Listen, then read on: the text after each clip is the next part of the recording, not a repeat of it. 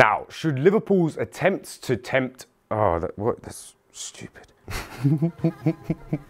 Jurgen Klopp had a bumpy ride on the transfer roller coaster last summer, so here are 3 targets that Klopp could cop to put some believability behind Liverpool's endless statements of ambition.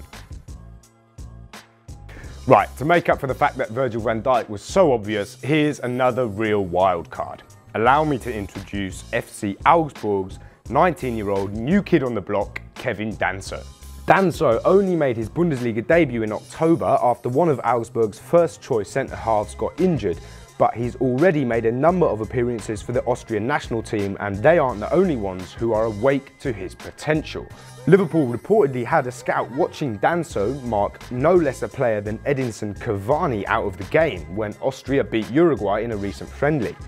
He used to play alongside Dele Alli at MK Dons, and his confidence and solid technique have impressed all who have seen him since he was drafted into the first team at Augsburg.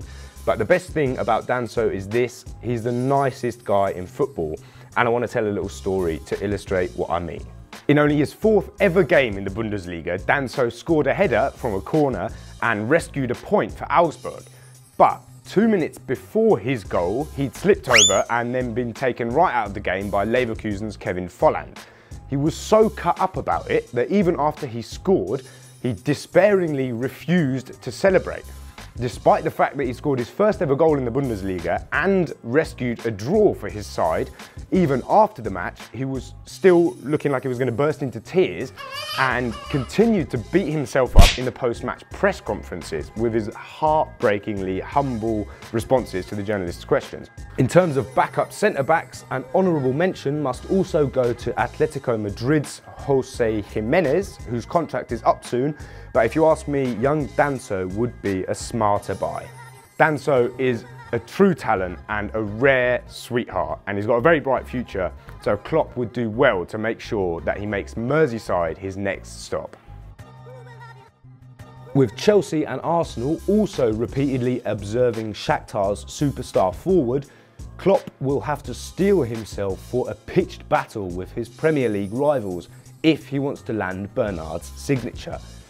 But given that the Brazilian is reportedly planning to let his contract run out in the summer, the Ukrainian champions will be looking to cash in on him in January. The time then is now. He's quick, technically talented and tiny, so he's a pound shop Coutinho. But if anybody can pay too much for him, it's Liverpool. Now, further up the pitch, it's been whispered that a certain Daniel Sturridge is looking to pack his bags and leave Liverpool at some time in the near future, and one of the names that's been mentioned as a possible replacement will be sweet music to the Koppites' ears: Borussia Dortmund's Pierre-Emerick Aubameyang. It's long been known that he's less than settled at Dortmund, and with the black and yellows falling apart at the moment, the 28-year-old will not be keen to spend any longer than he already has at his current station. Liverpool would have to fight off potential competition from Real Madrid and Chelsea, among others, but the tempting prospect of a reunion with former coach Jurgen Klopp could be enough to swing the Gabonese hitman's decision in Liverpool's favour.